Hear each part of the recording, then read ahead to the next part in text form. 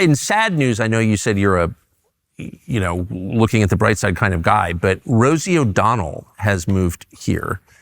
If you're president and you tackle the immigration crisis, and I do think Pakistan and India take a lot of the blame for it, Africa, but also Rosie O'Donnell, would you deport her?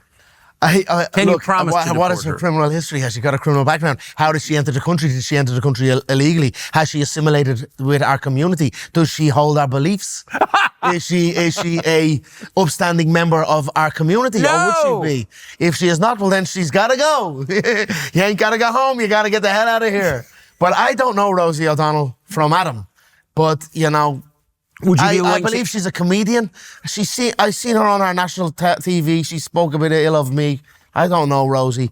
She seems unhappy. She seems going through something at the moment. And I'm not the type of person to kick a person when they're down. I wish for her. I believe she's a comedian is what her craft is. I wish for her to find her happiness again. And that is it. I am, that was but what I would say. But you could feel that she was going through something even I could feel it for sure. I think that's And I wish right. for her, I wish, happiness and spread love in the world. That's it. Well, you're a very, very decent man. This is Dublin's one of the great cities in the world, for sure. The best city in the world.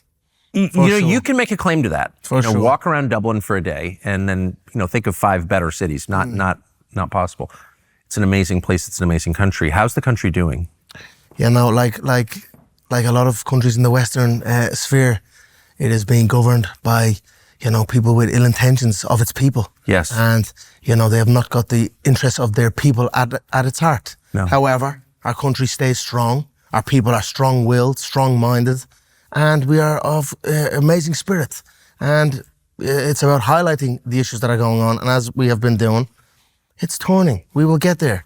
I am not going to sit here in front of you with a doom and gloom about the things that are going wrong. I will highlight for sure, but I will highlight the solutions and the resolutions and where we are headed, and keep the outlook positive. Yes. That is what has worked for me my entire life and my entire career, where I was able to rise up and do things that were once considered unattainable. Yes. I kept a positive outlook, and that's what I will urge my citizens and my countrymen, my fellow countrymen and women to do. And that's what we are doing. We had a great moment in the Oval Office with President Trump, where we got to speak, and before the press in the White House, where we got to speak our case. It was the first time it had happened in our history, really, where we felt as a people, someone spoke up about our issues. We often hear, and very hastily hear, about overseas issues or foreign affairs, and we hear about it so much that we are left scratching our head. Well, what about our issues? Exactly. What about the issues the people of Ireland face? And that is a rising sentiment that is taking place behind the doors of every household in the country. What about us? And right now, the citizens of Ireland, not only do we not feel like first-rate citizens, we don't even feel third-rate citizens in our own country.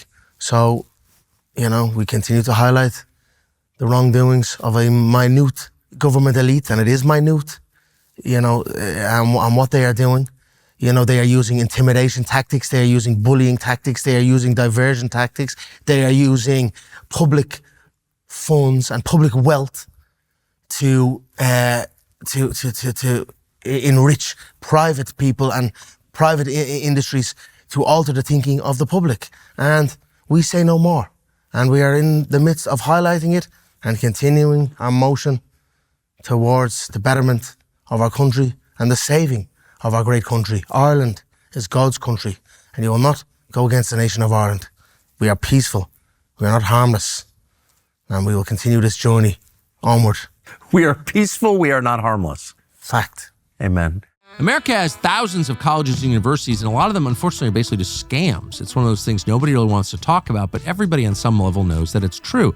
What's an impressive college in 2025? There aren't many at all. Hillsdale is one of them. It is the exception. They cut straight through the woke garbage. They give their students a real education, an actual education. Meet a Hillsdale student and ask yourself, is this the best educated 22-year-old I've met in a long time? Yeah, because they don't have propaganda in their education, just the truth, facts, history, English, math. If you think it sounds good, because it is good, think of this. Hillsdale is offering over 40 free online courses you can enroll in today. There's no catch at all. You don't have to pay anything. Not going to hit you up for anything. It's free. You can learn about the Constitution, the Bible, the basis of Western civilization, Rome's rise and fall, early Christian church, things that actually matter, not one dime. Free. They have a new class called Understanding Capitalism that teaches Americans basic economic ideas, describes our own system, a system that is falling apart. A lot of people want you to hate, but for 250 years has been the best and most productive in the world. You'll understand the basis of our economy from founding till president. Hillsdale not afraid to preach the message our country has forgotten, which is freedom is good, Christianity is good, markets are good, and they make this country better by raising well-educated students. We endorse this. As a college hater, I love Hillsdale. Go to tuckerforhillsdale.com to sign up for Understanding Capitalism today, the course Understanding Capitalism, zero cost, just the truth. That's tuckerforhillsdale.com to enroll for free. You could be describing the United States in everything you just said, that all the conversations about foreign policy in our country, it's about the Middle East, who cares? Eastern Europe, double who cares? And very little about what's happening to the people of our country. And you feel that here. That is, I feel it's even magnified more here. I feel in this administration currently in the United States, it seems an America first stance. Yes. And it's a very welcome sight for us over here. We wish that for us, Ireland first, you know, but I feel, and as many of my countrymen and women feel, there is almost like an incentive to speak your piece on foreign issues. You know, if you think about a raise or your next job or your next position, that is where we feel our government elite have their eyes on. They have their eyes on the next role for themselves. And then in order to get that next role, they must speak their piece on foreign issues and nothing to do with Irish issues. And then, you know, lo and behold, an announcement of a raise or an employment in the European Union delegate, and then off they go on their merry way after running riot on Ireland, and, you know, zero accountability of doing so. And it's no more. I'm not sure where people think they will go in this small island. You will not destroy Ireland and be free to walk away. And that is a fact. How do you, I want to get to how you know all this and how you've distilled it to its essence. I mean, that was such an amazing description, not just of what's happening here, but throughout the West, the English. The entire Western sphere, for sure, is happening. Australia, New Zealand, Canada, Great Britain, which has already gone. I feel our government, again, overseas issues, yes, okay. Internal. I'm an Irishman. I love my country dearly. Yes. Nothing or no one could ever change that fact. I would give my life for my nation. And I have such a love for this soil. And how I know about it, I'm just invested in it heavily. You know, I'm an employer of many people here in the country. I have many businesses here operating in the country. And daily I hear about the struggles of people and, you know, the issues they are going through. And it ignites a fire in me to stand up. There's something in my belly for my country that I cannot shake.